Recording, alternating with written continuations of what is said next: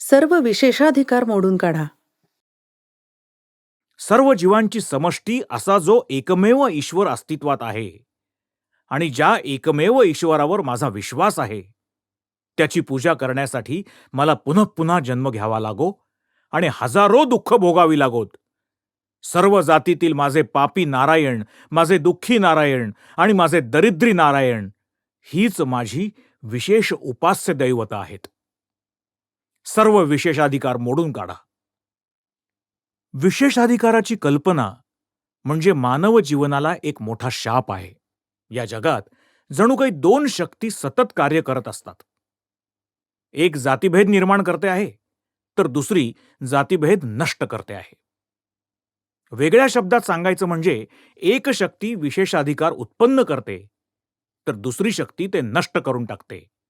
आणि जेव्हा जेव्हा कोणत्याही समाजात विशेषाधिकाराची मक्तेदारी नष्ट होते, तेव्हा तेव्हा त्या समाजाचा खूप उत्कर्ष होतो, खूप विकास होतो. हा संघर्ष भोवताली सर्वत्र चालू असलेला आपण पाहतो.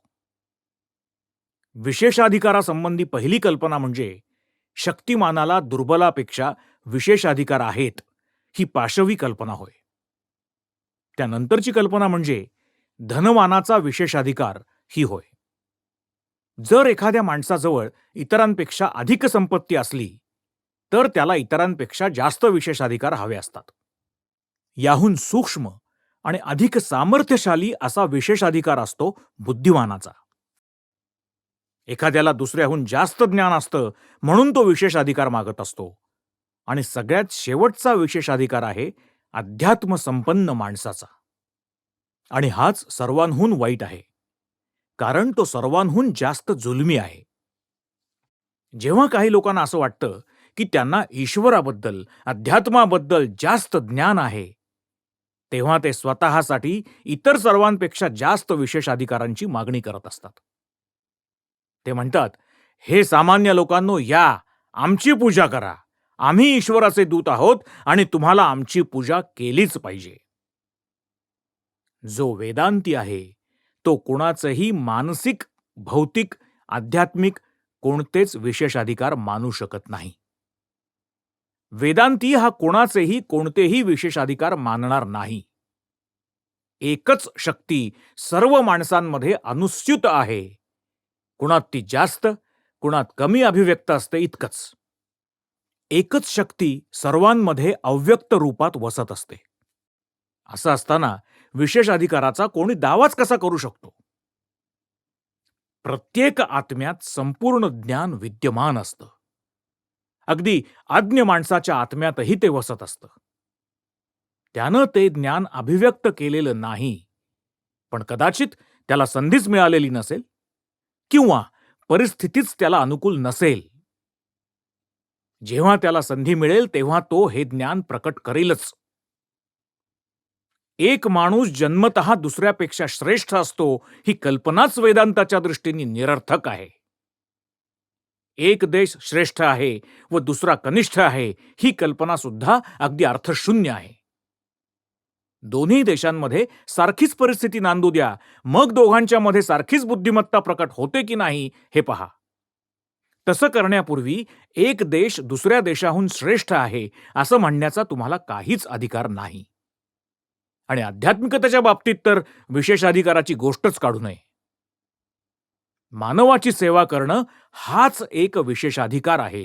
हेच आपलं सद्भाग्य आहे, कारण ही ईश्वराचीच पूजा आहे.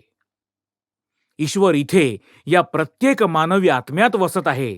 तो मानवाचा आत्मा आहे. याकरता कोणता विशेषाधिकार लोकांना हवाय बरं? ईश्वराचे कोणी खास संदेशवाहक नाहीत, कधी झाले नाहीत आणि होणारही नाहीत. सानथोर सर्वच प्राणी ईश्वराचीच व्यक्त रूपं आहेत. फरक फक्त अभिव्यक्तीच्या कमी अधिकपणाचा आहे. तोच अनादी कालापासून दिला जाणारा सनातन संदेश त्यांना हळूहळू क्रमाक्रमानं उमगत असतो. हा सनातन संदेश प्रत्येक प्राण्याच्या हृदयात कोरला गेलाय. हा संदेश हृदयातच आहे आणि सगळेच प्राणी तो व्यक्त करण्यासाठी सतत प्रयत्न करत असतात. काही लोक अनुकूल परिस्थितीमध्ये असल्यामुळे इतरांपेक्षा जरा चांगल्या प्रकारे हा संदेश प्रकट करत असतात. पण संदेशवाहक या नात्यानं सगळेच समान आहेत. मग स्वतःला कुणी श्रेष्ठ का म्हणून म्हणावं? अत्यंत अज्ञ असा मनुष्य किंवा अत्यंत अज्ञ असं मूल देखील आजवर झालेल्या आणि पुढेही होणाऱ्या कोणत्याही ईश्वर प्रेषिता इतकंच श्रेष्ठ आहे. कारण तो अनंत संदेश प्रत्येक प्राण्याच्या हृदयात कायमचाच कोरून ठेवला गेला आहे. कुठेही कोणताही जरी जीव असेल तरी त्याच्या हृदयात त्या सर्वश्रेष्ठाचा, त्या ईश्वराचा सनातन संदेश विद्यमान आहे. तो तिथे असतोच. म्हणूनच अद्वैताचं कार्य हे सर्व विशेषाधिकार नष्ट करणं हेच आहे.